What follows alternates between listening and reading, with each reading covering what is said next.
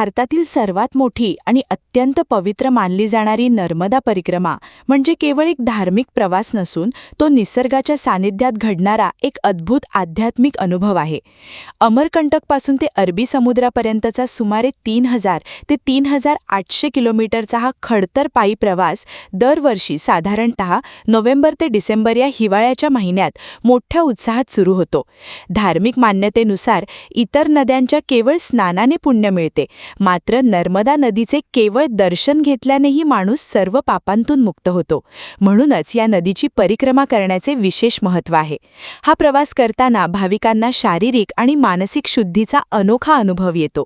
अनेकदा या वाटेवर भाविकांना साक्षात ईश्वरीय शक्तीची प्रचिती येते, ज्यामुळे त्यांचा अध्यात्मावरील विश्वास अधिक दृढ होतो. हा पायी प्रवास माणसाला जीवनाचे एक मोठे तत्त्वज्ञान शिकवून जातो. परिक्रमेदरम्यान मिळणारे अन्न आणि येणाऱ्या अनपेक्षित परिस्थितीशी जुळवून घेताना माणसातील राग, लोभ आणि मीपणा म्हणजेच अहंकार पूर्णपणे गळून पडतो. कोणत्याही कठीण प्रसंगातून मार्ग काढण्याची कला आणि भौतिक सुखाचा त्याग करून खरा माणूस शोधण्याची धडपड या प्रवासात पाहायला मिळते.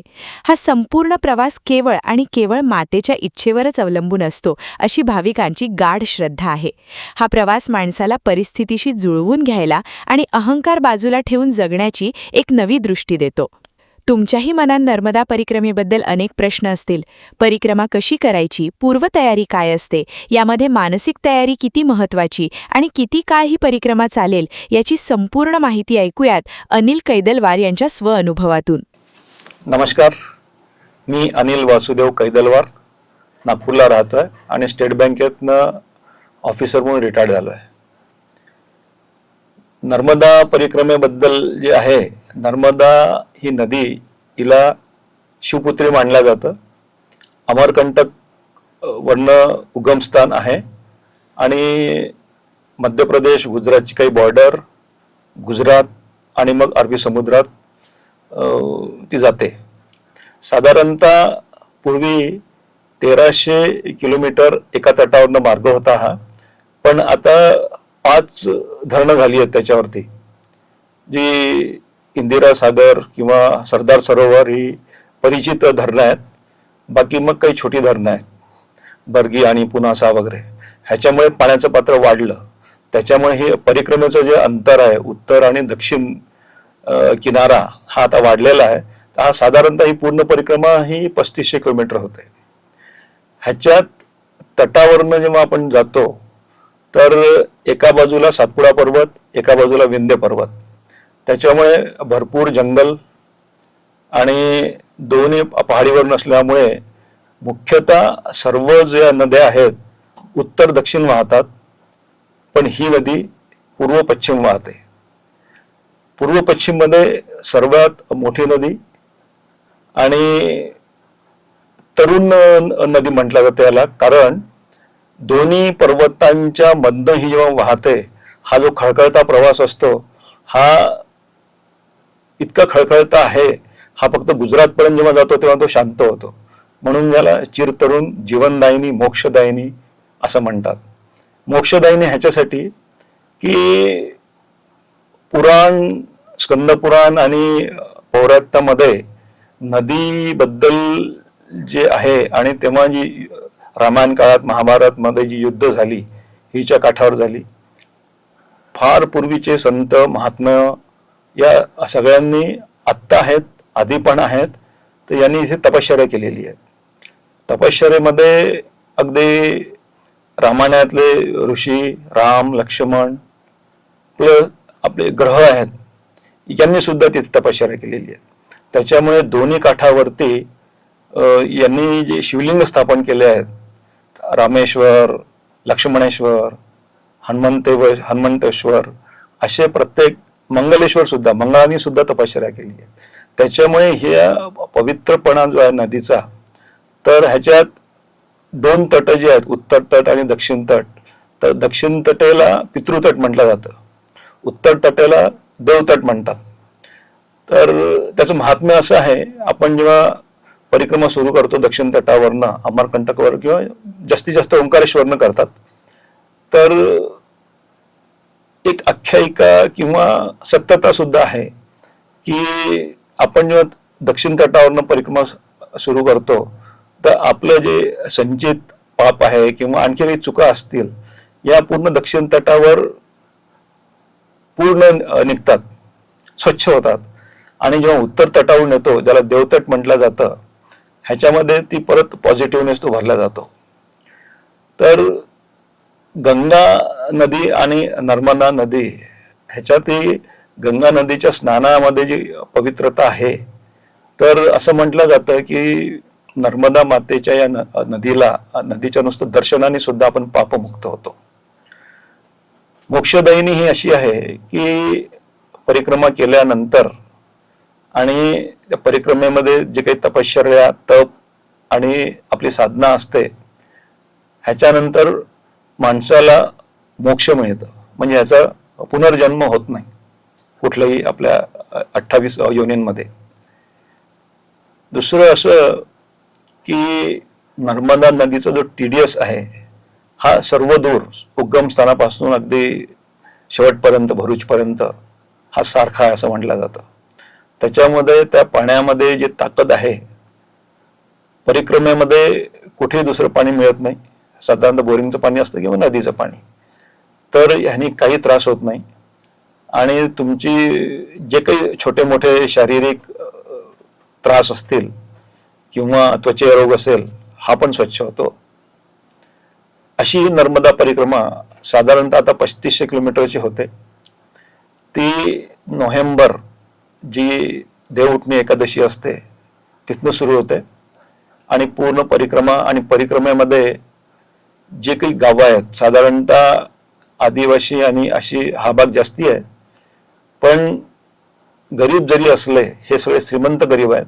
कारण परिक्रमावासियांना जी सेवा देतात ही म्हणजे खूप चांगली आणि काय म्हणू आपण, त्यात त्यांचा जो आदरभाव असतो परिक्रमावासींच्या संदर्भात, तो वाखाणण्यासारखा आहे. म्हणून म्हणजे त्यांची परिस्थिती गरीब जरी असली, त्यांची सेवा ही फार श्रीमंत आहे. म्हणून मी त्याला, ही जी आदिवासी लोक किंवा गरीब लोक राहतात त्यांना श्रीमंत गरीब म्हणतो. ही परिक्रमा मी पण सुरू केली नोव्हेंबरमध्ये, अमरकंटकवरून सुरू केली आणि साधारणतः 4 महिन्यात मी पूर्ण केली. तर 4.5-5 महिने लागतात आरामात जरी केली तर. आणि ह्याच्यात तटावरून गेलं पाहिजे असं नाही आहे, बाजूनी पण जो रोड झाला आहे तो सुद्धा चांगला आहे, तर गाडीनी आणि पण लोक करतात. परिक्रमेमध्ये जो आहे की एक कॉमन मॅन, सर्वसाधारण म्हणून आपण जातो, कुठली ओळख देत नाही, त्याच्यामुळे तुमचा अहंकार जातो. आणि दोन्ही पहाडी आणि जंगल, शूलपाणी जंगल हे जास्ती प्रसिद्ध आहे, बाकी जंगल सुद्धा आहेत. तर या जंगलातनं जेव्हा आपण जातो, एकटं जात असताना मनात कुठली भीती नसते. आता पण असं काही घडलेलं नाहीये. त्याच्यामुळे परिक्रमेमध्ये अहंकार संपतो, भीती संपते, शारीरिक आणि मानसिक ताकद वाढते. परिक्रमा जेव्हा पूर्णपणे आपण करतो, एकट्याने करा किंवा सोबतची करा. दुसरं असं एक म्हटलं जातं, तुम्ही सोबत जरी गेले तर नर्मदा देवीची जी इच्छा आहे त्या इच्छेप्रमाणे तुम्ही सोबत राहाल किंवा नाही हे ते ठरतं. कारण असे खूप उदाहरणं आहेत आणि कितीतरी वर्षांपासून आहे, जाताना सोबत निघालेले आहेत, पण ते तताटूत होते आणि त्या देवीच्या इच्छेप्रमाणे ती परिक्रमा एकटं किंवा सोबत पूर्ण होते. तर एकटं जर जात असताना तुमच्या मनाच्या इच्छा, म्हणजे 1-2 उदाहरणं मी देतो इथे. एक असंच चालत असताना कुठे आश्रम नव्हते. सर्वसाधारण 3-4 किलोमीटरवर आश्रम आहेत, साधू संतांचे जुने आश्रम आहेत. तिथे राहायची, भोजनाची व्यवस्था होते. पण माझ्या त्या मार्गावर एकही आश्रम नव्हतं. आणि मी जेव्हा चालायला लागलो, उशीर 1 वाजला होता दुपारचा, तर एकही आश्रम नव्हता. आणि मग जाता जाता जाता 1-1:30 वाजले मला. साधारणतः आश्रमात पोचायची वेळ 12-12:30 असली पाहिजे, कारण ती भोजनाची वेळ असते. तिथे गेल्यानंतर 1:30 वाजला. म्हटलं आता काही मिळणार नाही, बसलो होतो. आणि नेमकं 15 मिनिटांनी काहीतरी त्या आश्रमावर धप्प करून आवाज आला आणि काहीतरी पडलं. तर तिथे जे महंत होते ते आले म्हणजे कावळ्यांनी पपई पाडली आणि ही तुमच्यासाठी आहे. तर हे असं असे उदाहरण. परत एकदा असंच काहीतरी मनात आलं चालताना की आपण काहीतरी फळं खावी आज. थोडा अर्धा तासाने कोणतरी आलं, पण महाराज तिथे महाराज किंवा प्रभू म्हणतात पराक्रमवाशांना, रुको रुको रुको, आणि त्यांनी फळं खायला दिली. तर ही अशी जे अनुभव आहेत ही प्रत्येक परिक्रमावाशाला पूर्ण प्रवासामध्ये खूप येतात. त्याच्यामुळे शारीरिक त्रास किंवा आपल्या दररोजच्या गरजा या मनात आल्या की त्या आपोआप भागवल्या जातात. आणि बाकी जे आहे की कुठे आजारी झालो किंवा काही झालो असंही आता काही वेळेस होतं, पण सहसा जसं तर शूलपाणीचं जंगल आहे, फार एक कठीण जंगल होतं पूर्वी, आता थोडं सोपं झालेलं आहे ते. तिथे सुद्धा समजा आपण घसरलो पडलो तरी तिथलं कोणी ना कोणी येतं आणि तुम्हाला घरी घेऊन जातं, तुमची सेवा केल्या जाते आणि तुम्ही दुरुस्त झाले की परत परिक्रमा सुरू होते. अशी ही परिक्रमा कितीतरी दिवसांपासून सुरू आहे, वर्षांपासून सुरू आहे. आणि या परिक्रमेला जी तयारी करावी लागते ती जरी आपण शारीरिक मानसिक तयारी केली तरी असं म्हटलं जातं, आणि ते आहे, खरं आहे, देवीची इच्छा असेल तच ती होते आणि पूर्ण होते. नाही तर मध्ये काही ना काही अडचणी येतात, तुम्ही पडाल, फ्रॅक्चर व्हाल, काहीतरी होईल, काहीतरी कारणं येतील आणि तुम्हाला परत यावं लागतं. अशी कितीतरी उदाहरणं आहेत. त्याच्यामुळे या परिक्रमेचं महात्म्य फार चांगलं, आणि याची तयारी जी आहे, मी म्हटल्याप्रमाणे काही लोक मला त्या नर्मदा मैयाच्या काठावरचे लोक मिळाले. ते म्हणे आम्ही इथं राहतो पण अजून आमची परिक्रमा काही घडत नाही आहे, तर तुम्ही देवीला आमच्यासाठी संकल्प करा की आम्हाला सुद्धा परिक्रमा झाली पाहिजे. तसंच एक उदाहरण आणखी देतो मी. एक डॉक्टर होते, आता त्यांचं नाव आठवत नाही, आणि ते आश्रमात एक सेवा द्यायचे. स्वतः मला वाटतं BHMS डॉक्टर होते. त्यांना हार्टचा प्रॉब्लेम झाला, त्यांनी एन्जिओग्राफी वगैरे केली, 85% ब्लॉकेज होतं. ते भेटले. मी म्हटलं तुम्ही सेवा द्यायला आश्रमात कसे आलं? मग त्यांनी उदाहरण सांगितलं मला की असं असं झालं. मग मी घाबरलो आणि मी देवीजवळ हात जोडले की जर माझं ऑपरेशन करायची वेळ आली नाही आणि मला हे पूर्ण क्लिअर झालं तर मी पायी परिक्रमा करेल. आणि आश्चर्य असं 3-4 दिवस त्यांनी ते पाण्यात आंघोळ केली तिथे, आणि तिसऱ्या दिवशी जेव्हा डॉक्टरांकडे गेले तर त्यांचे ब्लॉकेज पूर्ण निघालेले होते. तर डॉक्टरांनाही आश्चर्य वाटलं आणि मग त्यांनी पायी परिक्रमा पूर्ण केली आणि तेव्हापासून या सेवेमध्ये आहेत. तर अशी जी अनुभव लोकांना आलेत, आणि असे खूप लोक आहेत की त्या नर्मदा तटावर परिक्रमावासींच्या सेवेसाठी आहेत. शेवटचं एक सांगायचं आहे, परिक्रमेमध्ये काय होतं, परिक्रमावासी तिथल्या आदिवासी मुलांना चॉकलेट किंवा प्राण्यांना बिस्किट देतात. मला असं लक्षात आलं तिकडे जाताना, या चॉकलेटच्या हव्यासापायी ती मुलं शाळेत जात नाही. दुसरं कारण, साधारणतः नोव्हेंबर-डिसेंबरमध्ये परिक्रमावासी इतके असतात, 10-10, 20-20 चॉकलेट जरी त्या मुलांना दिले तर ते खूप जास्ती होतं. तर हा प्रोग्राम जे ऐकत असतील, पाहत असतील त्या, आणि त्या पाहणाऱ्यांपैकी जे ओळखीतले किंवा त्यांच्या परिचयातले कोणी परिक्रमात जात असतील तर त्यांना विनंती आहे की त्यांनी मुलांना चॉकलेट देऊ नये. त्यापेक्षा खडीसाखर द्या, फुटाणे द्या, शेंगदाणे द्या. तसंच तिथल्या माकडांची स्किन खराब झाली आहे बिस्किट खाऊन. तर जितकं आवश्यक आहे तितकं तुम्ही लोकांकडनं घ्या. नको असेल तर ते असं देऊ नका. कारण तुम्ही नैसर्गिक आणि प्राकृतिक जे काही आहे तिथे ते आपण डिस्टर्ब करतो. कारण ह्याचे जे रॅपर्स असतात हे पण तिथे टाकल्या जातात. तर त्याच्यामुळे तो जो पवित्र भाग आहे तो सगळा सुद्धा पोल्युटेड होतो. बदलमध्ये आपल्यातला अहंकार जातो. कारण परिक्रमेमध्ये कोण आहे, कुठली मोठी व्यक्ती होती, छोटी होती, ते सगळे सोबत असतात. सोबत तिथे झोपायला असतं, जेवायला सोबत बसतो आपण, कोणी कोणाची ओळख देत नाही सहसा. त्याच्यामुळे तुमच्या शेजारचा किती मोठा किंवा छोटा आहे किंवा तुमच्या मनात जे आधीचा अहंकार होता, मी या पदावरून निवृत्त झालो किंवा मी आता असं आहे, मी सर्वसाधारण आपल्या घरी आपण काय आहे हे सगळं विसरतो आपण. तर हा मनातला अहंकार जातो. एक सेवाभावी वृत्ती जी तिथे असते ती आपल्यातही येते. आणि एक निर्भयता येते की इतक्या कठीण परिस्थितीत आपण परिक्रमा पूर्ण केली तर शारीरिक आणि मानसिक आपण काय आहे हे आपल्याला ओळखायला येतं. आणि हा 4-4.5 5 महिन्यांचा हा जो प्रवास असतो हा मोठा प्रवास आहे. तर या महिन्यात हा प्रत्येकामध्ये बदल येतो. सेवाभावी वृत्ती नसेल ती तयार होते, नतमस्तक व्हायची जी सवय असते ती येते, आपल्यातला अहंकार जातो. आणि दुसरं असं असतं की त्या परिक्रमेमध्ये जे मिळतं ते आपल्याला पर्याप्त आहे, त्याला प्राप्त आहे पर्याप्त आहे असं म्हणतात. तर ती सवय लागते की थोडक्यात कसं करायचं आहे. आणि जे अडचणी आहेत प्रवासामध्ये, कुठे व्यवस्था असते नसते, त्या व्यवस्थेत आपल्याला थांबायचं असतं.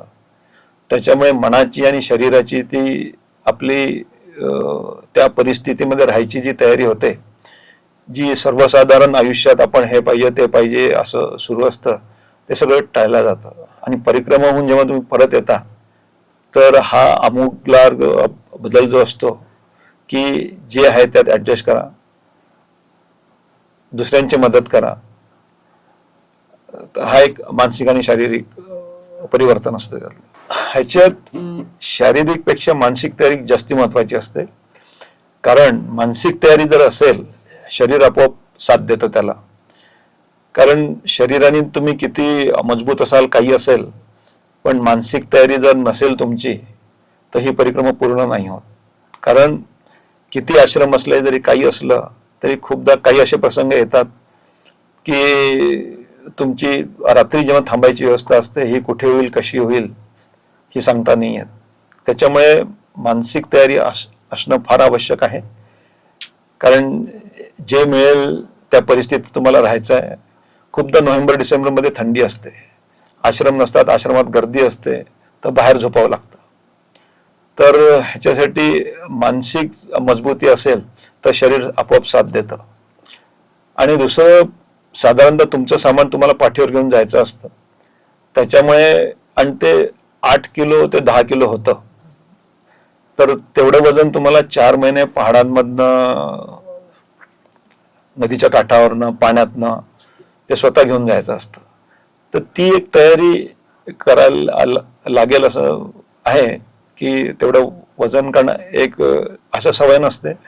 तर ती एक साधारणतः महिनाभर सवय करावी लोकांनी की 8-10 किलो पाठीवर सॅकमध्ये घेऊन आपण कसं चालणार, ती आवश्यक आहे. पण एकदा मानसिक तयारी असेल तर परिक्रमा पूर्ण होऊ शकते, आरामात होते. आणि प्रत्येकांचे अनुभव वेगळे येतात. आणि जे काही तिथे म्हणजे मी अनुभवलं किंवा माझ्यासोबत 1-2 लोक जे होते आणि त्यांचे जे शारीरिक त्रास संपले तिकडे, साधारणतः शुगर आणि बीपीच्या ज्या गोळ्या घेतात ज्यांना त्रास आहे त्या महिन्याभरानंतर बंद होतात. असा सगळा अनुभव आहे. ज्या कोणाला जायचं आहे त्यांनी ही एक तयारी करावी. एकटं राहू तेव्हाही आपण ती परिक्रमा पूर्ण करू ही मनाची तयारी असली पाहिजे, सोबत असतील नसतील. दुसरं, हे जे मी म्हटलं, तिथल्या मुलांना हे जे चॉकलेट किंवा बिस्किट वाटतो आपण, हे न देता काहीतरी अशा वस्तू द्या ज्याच्यामुळे त्यांच्यावर, त्यांच्या शरीरावर किंवा त्यांच्या तब्येतीवर वाईट परिणाम होणार नाही. तर ही एक शेवटची माझी विनंती असेल, जे परिक्रमामध्ये जात असतील हे कोण पाहून किंवा त्यांच्या परिचयाचे, तर त्यांनी करू नये. नमस्कार.